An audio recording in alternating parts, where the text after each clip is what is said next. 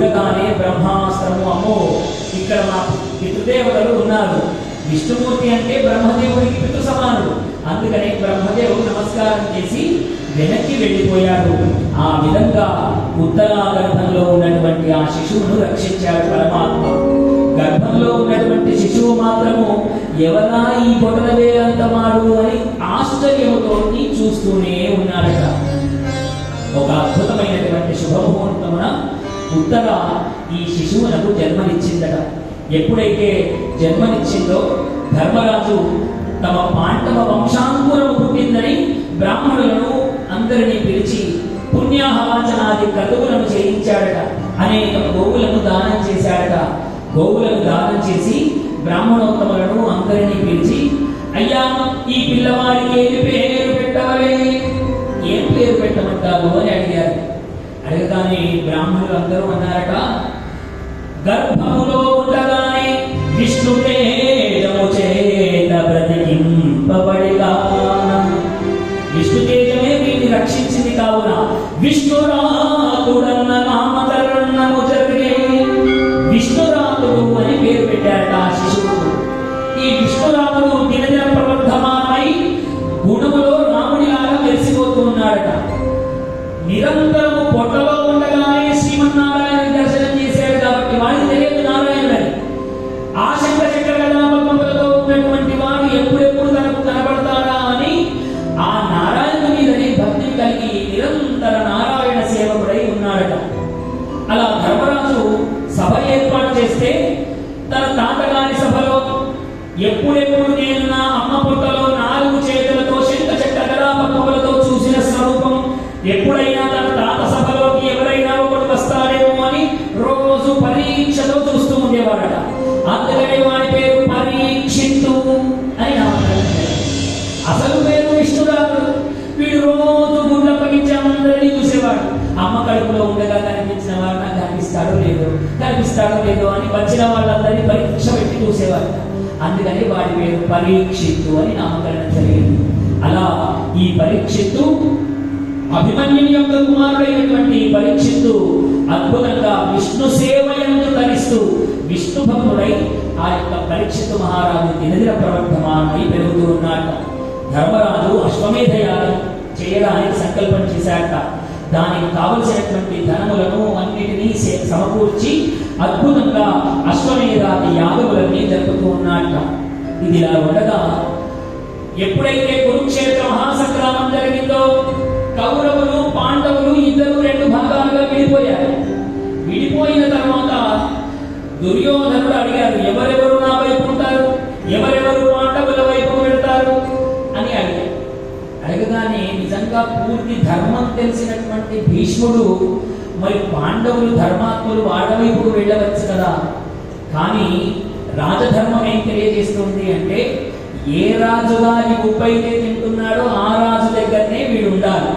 అందుకనే భీష్ముడంతటి ధర్మం తెలిసిన వాడైనా ద్రోణాచార్యుడైనా వీళ్ళంతా దుర్యోధనుడి వెంటనే ఉన్నారు. వాళ్ళకు ధర్మం తెలియక కాదు, అధర్మం వైపు ఉన్నారు కాబట్టి వాళ్ళు పరమాత్మ లోపలికి వెళ్ళిపోయారు, ప్రాణాలు కూడా కోల్పోయారు.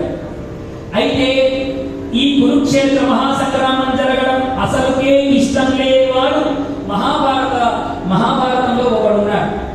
ఎవరు వాడు అంటే విదురుడు. విదురుడికి ఇటు పాండవుల వైపు ఉండడం కానీ అటు కౌరవుల వైపు ఉండడం కానీ ఇష్టం లేదు. అయ్యా మీ ఇద్దరు కొట్టుకోవద్దని నేను ఆపేక్షిస్తూ ఉన్నా. పాండవులకు ధర్మబద్ధంగా రావాల్సినటువంటి ఆ రాజ్యాన్ని వాళ్ళకి ఇచ్చివేయాలి అని విదురుడు ఎన్ని మాటలు చెప్పినా కౌరవులు వినక యుద్ధమే శరణ్యమని వాడు యుద్ధం చేయడానికి సిద్ధపడ్డారు. కానీ యుద్ధం జరగడం ఇష్టం లేనటువంటి విదురుడు ఇటు పాండవ పక్షపాతి కాగా అటు కౌరవుల వైపు కాగా యుద్ధం జరుగుతున్నన్ని రోజులు తీర్థయాత్రలు చేయడానికి వెళ్ళిపోయారు. అలా తీర్థయాత్రలు చేయడానికి విదురుడు వెళ్ళిపోయాడు. విదురుడు ఎప్పుడైతే వెళ్ళిపోయాడో ధర్మరాజు ఈ రాజ్యాన్నంతా పొందినటువంటి వాడు అద్భుతంగా పరిపాలన చేస్తూ ఉంటే ఒకసారి అర్జునుడు ధర్మరాజు దగ్గరికి వచ్చాట. అన్నా, మన అందరికీ ఈ రాజ్యమును సంపాదించి పెట్టినటువంటి కృష్ణ పరమాత్మ ద్వారకకు వెళ్ళి ఇప్పటికీ చాలా రోజులు గడిచిపోయింది. నేను ఒకసారి ద్వారకకు వెళ్ళి నా ఇష్టసభుడైనటువంటి కృష్ణుడిని కలిసి వస్తాను అన్నయ్య అని ధర్మరాజు దగ్గర ఆజ్ఞ తీసుకున్నాట. ఇప్పుడు అర్జునుడు ద్వారకా నగరానికి కృష్ణుడిని చూడడానికి బయలుదేరాడు. మీరందరూ ఒక విషయాన్ని గమనించాలి. భాగవతం ఎక్కడైతే ప్రారంభమవుతుందో మళ్ళీ తిరిగి అక్కడికే చేరుతుంది. ఒక సర్కిల్ లాగా ఉంటుంది, వృత్తం లాగా ఉంటుంది. చూడండి, ఇప్పుడు చెప్పుకుంటున్నా, అర్జునుడు ద్వారకా నగరమునకు బయలుదేరే. ఈ మాట చివరిలో ఎప్పుడు ద్వారకా నగరానికి వచ్చాడో మనకు చివరిలో వస్తుంది.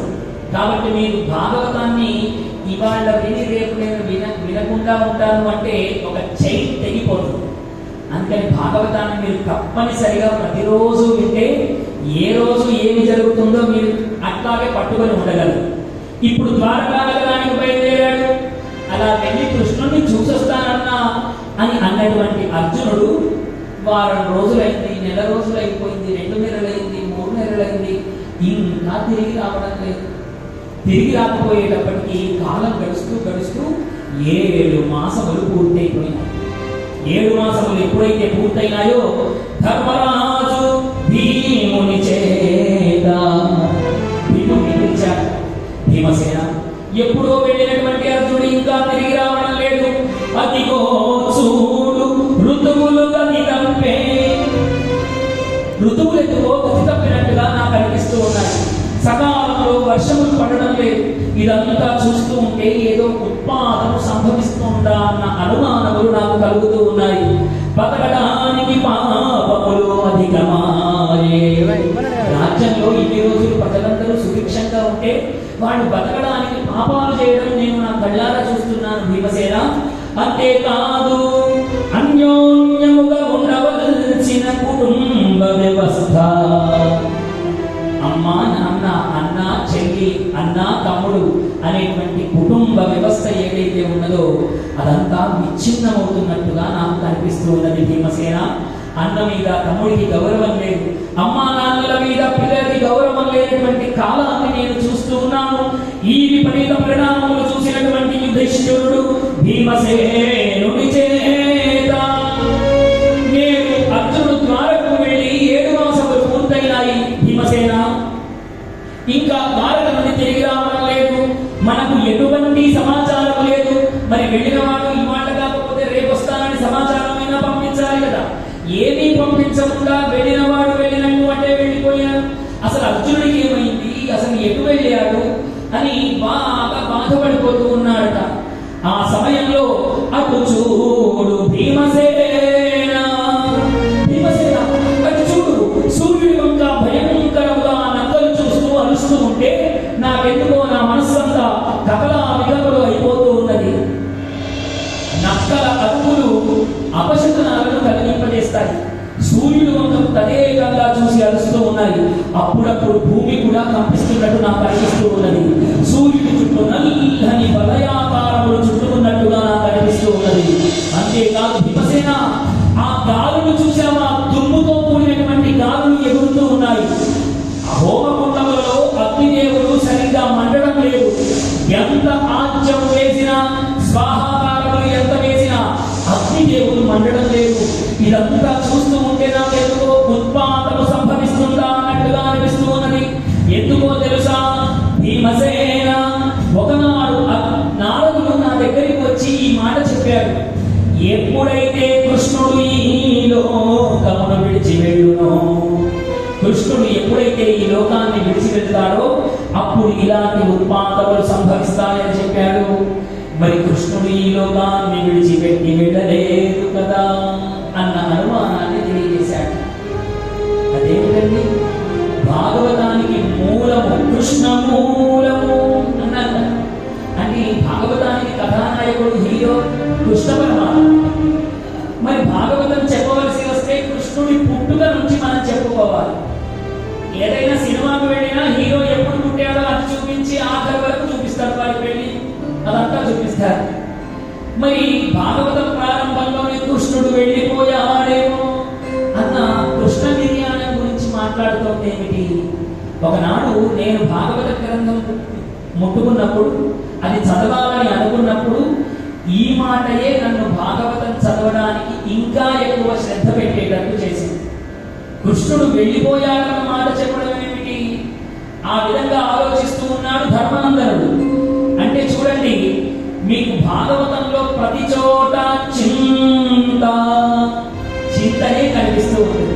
బోధన యొక్క చింత, వ్యాస పరమాత్మ యొక్క చింత, ఇప్పుడు ధర్మనందని యొక్క చింత.